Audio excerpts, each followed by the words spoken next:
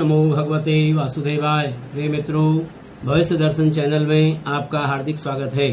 आज हम बात करते हैं कर्क लग्न की दृष्टि से द्वादश भाव में शुक्र के फल पर। सबसे पहले आपको बता दूं कि शुक्र अपने घर से सप्तम भाव को पूर्ण दृष्टि से देखता है। शुक्र की उच्च राशि है मीन और नीच राशि है कन्या और कारक भाव है सप्तम। तो सबसे पहले आपको कर्क लग्न के जो जातक हैं या कर्क राशि वाले जो जातक हैं उनकी कुछ विशेषताएं आपको बता देता हूं। कर्क लग्न के जातकों का जो जीवन है वो चंद्रमा की कलाओं की भांति परिवर्तनशील रहता है। जैसे चंद्रमा अपनी कलाओं को बदलते रहते हैं, वैसे इनका जीवन भी जो है परिवर्तनशील रहता है। ये कभी साहसी होते हैं तो कभी डरपोक। दूसरी बात यह है कि ये जल तत्व प्रधान राशि है। जल तत्व प्रधान राशि होने के कारण इन जातकों का इन पर जो है शीत का प्रभाव जल्दी हो जाता है। इनकी स्मरण शक्ति बड़ी तीव्र होती है।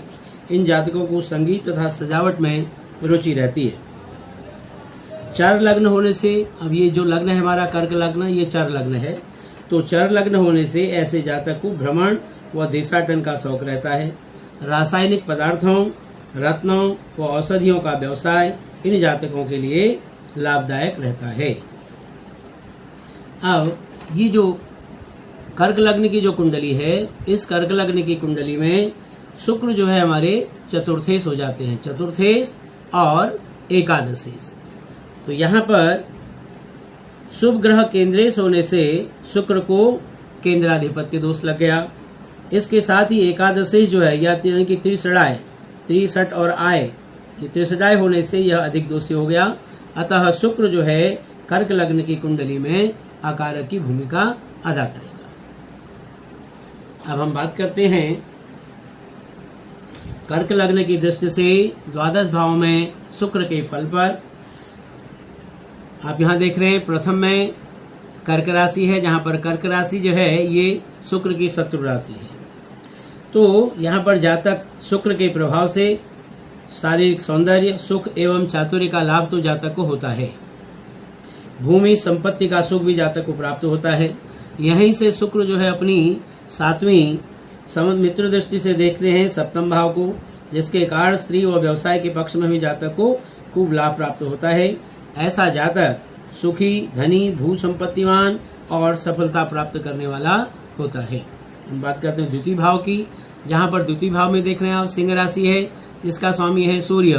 तो ऐसे शत्रु राशिगत होने के कारण जातक को जो है धन के मामले में और असंतोष का को सामना करना पड़ता है। धन, कुटुंब, मकान आदि का सुख भी जातक को मिलता है, पर माता के सुख में कुछ कमी रहती है। यहीं से शुक्र जो है अपनी 7वीं मित्र दृष्टि से देखता है हमारे आय भाव को, आयु भाव को, जिसके कारण जातक को आयु का पूर्ण लाभ अपने जीवन में प्राप्त होता है। हम बात करते हैं तृतीय भाव की। तीसरा जो भाव है हमारा, ये भाई एवं पराक्रम के स्थान पर मित्र की जो है बुध राशि। यहाँ पर आप यहाँ देख रहे हैं शुक्र जो है कन्या राशि में नीच के हो जाते हैं। तो कन्या राशि में नीच के होने के कारण यहाँ पर जातक को भाई बहनों के और पराक्रम के सुख में कुछ कमी आती है। यहीं से शुक्र अपनी 7वीं उच्च दृष्टि से देखते हैं हमारे नवम भाग्य भाव को, जो हमारे भाग्य की वृद्धि होती है। ऐसा जातक जो है उच्च शिक्षावान होता है, पराक्रमी, धार्मिक विचारों वाला होता है। हम बात करते हैं पंचम भाव की, चतुर्थ भाव की, जहाँ पर चौथे भाव में शुक्र जो है वो अपने स्वराशिगत हैं। ये माता, भूमि, भवन, वाहन का सुख जातक को पूर्ण रूप से मिलता है। आमदनी में वृद्धि होती है। ऐसा जातक जो है धनवान होता है। यहीं से शुक्र अपनी 7वीं मित्र दृष्टि से देखते हैं दसम भाव को। यहाँ पर राज्य और व्यवसाय का सुख जातक को पूर्ण रूप से मिलता है। जातक को अपने व्यवसाय में सम्मान और सफलता की प्राप्ति होती है। पिता का सुख जातक को जीवन में पूर्ण रूप से प्राप्त होता है। बात करते हैं पंचम भाव की, जहाँ पर पंचम भाव में अपने सामान्य मित्र मंगल के वृश्चिक राशि पर स्थित शुक्र के प्रभाव से विद्या, बुद्धि तथा संतान का यथेष्ट लाभ ऐसे जातक को प्राप्त होता है। धन, सुख, सफलता एवं चातुर्य की प्राप्ति होती है। यहीं से शुक्र जो है अपनी 7वीं स्वराश्री दृष्टि से देखता हमारे एकादश भाव को, जहाँ पर बुद्धि, बल और धन का यथेष्ट लाभ जो है जातक को अपने जीवन में प्राप्त होता है। हम बात करते हैं षष्ठ भाव की, जहाँ पर गुरु की धनु राशि पर स्थित शुक्र के प्रभाव से शत्रु पक्ष में जातक को सफलता प्राप्त होती है, परंतु भूमि भवन के सुख में कुछ कमी का योग है। लाभ से भी परिश्रम का योग बनता है। यहीं से शुक्र जो है अपनी 7वीं मित्र दृष्टि से देखते हैं अपने व्यय भाव को। यहाँ से व्यय भाव को देखने से जातक जो है बड़ा खर्चीले स्वभाव का होता है, पर बाहरी स्थानों से जातक को लाभ की प्राप्ति होती है। बात करते हैं सप्तम भाव की, जहाँ सप्तम भाव में यहाँ पर केंद्र में शनि की मकर राशि पर स्थित शुक्र के प्रभाव से जातक को स्त्री और आमदनी एवं व्यवसाय के क्षेत्र में सफलता की प्राप्ति होती है। मकान, भूमि आदि का सुख मिलता है। ऐसा व्यक्ति सुखी, धनी, यशस्वी, चतुर एवं ऐश्वर्यशाली होता है। यहाँ से शुक्र की जो है वो अपनी 7वीं शत्रु दृष्टि आती है हमारे लग्न पर, जिसके कारण जातक को कुछ स्वास्थ्य में कुछ कमजोरी रहती है। हम बात करते हैं अष्टम भाव की, जहाँ पर अष्टम भाव में 8वें भवन शनि की कुंभ राशि पर स्थित यहाँ पर शुक्र के प्रभाव से जातक को आयु का पूर्ण लाभ प्राप्त होता है। ऐसा जातक प्रदेश में रहकर इसको उन्नति मिलती है। घरेलू सुख शांति में कुछ कमी बनी रहती है। यहाँ से जो है शुक्र की जो अपनी 7वीं दृष्टि है वो आती है हमारे द्वितीय भाव पर। यहाँ शत्रु दृष्टि होने के कारण जातक को परिवार का कुछ सुख कम ही मिल पाता है। यहाँ से और कुटुंब का सुख कम मिलता है। धन के मामले में भी जातक को अत्यंत परिश्रम करना पड़ता है। हम बात करते हैं नवम भाव की, जहाँ पर नवम भाव में यहाँ देख रहे हैं गुरु के मीन राशि में शुक्र का विद्यमान होना। यहाँ पर मीन राशि में शुक्र जो है उच्च के हो जाते हैं, जिसके कारण जातक का भाग्य के क्षेत्र में जातक को विशेष उन्नति मिलती है। भूमि का सुख भी मिलता है। यहीं से शुक्र जो है अपनी 7वीं नीचे दृष्टि से देखते हैं तृतीय भाव को, तो छोटे भाई बहनों का सुख जातक को जीवन में कुछ कमी मिल पाता है। पराक्रम की कुछ कमी रहती है।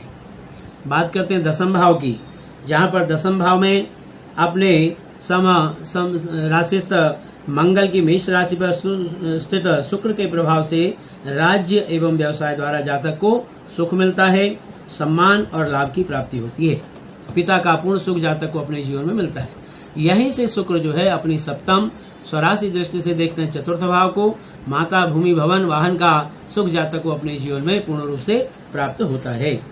अब बात करते हैं एकादश भाव की, जहाँ पर 11वें भाव वृषभ राशि पर स्थित शुक्र के स्वक्षेत्री शुक्र का जो प्रभाव है जातक को आमदनी का श्रेष्ठ योग देता है।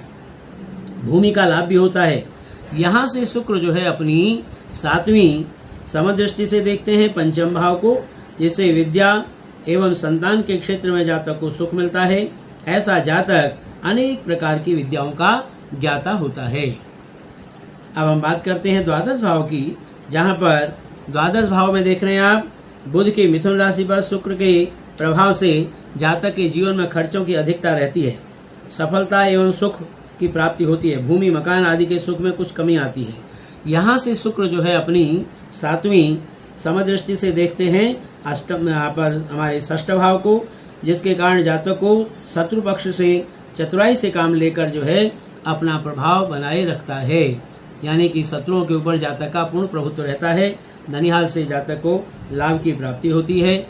इस तरह से यह जातक, ये कुल मिलाकर हम ये कह सकते हैं, अपने जीवन को सुखी और आनंद से व्यतीत करता है। प्रिय मित्रों, इस प्रकार आज हमने कर्क लग्न की दृष्टि से द्वादश भाव में शुक्र के फल पर विचार किया। यदि आपको हमारा कार्यक्रम अच्छा लगा हो तो आप हमें अवश्य सब्सक्राइब करें। धन्यवाद।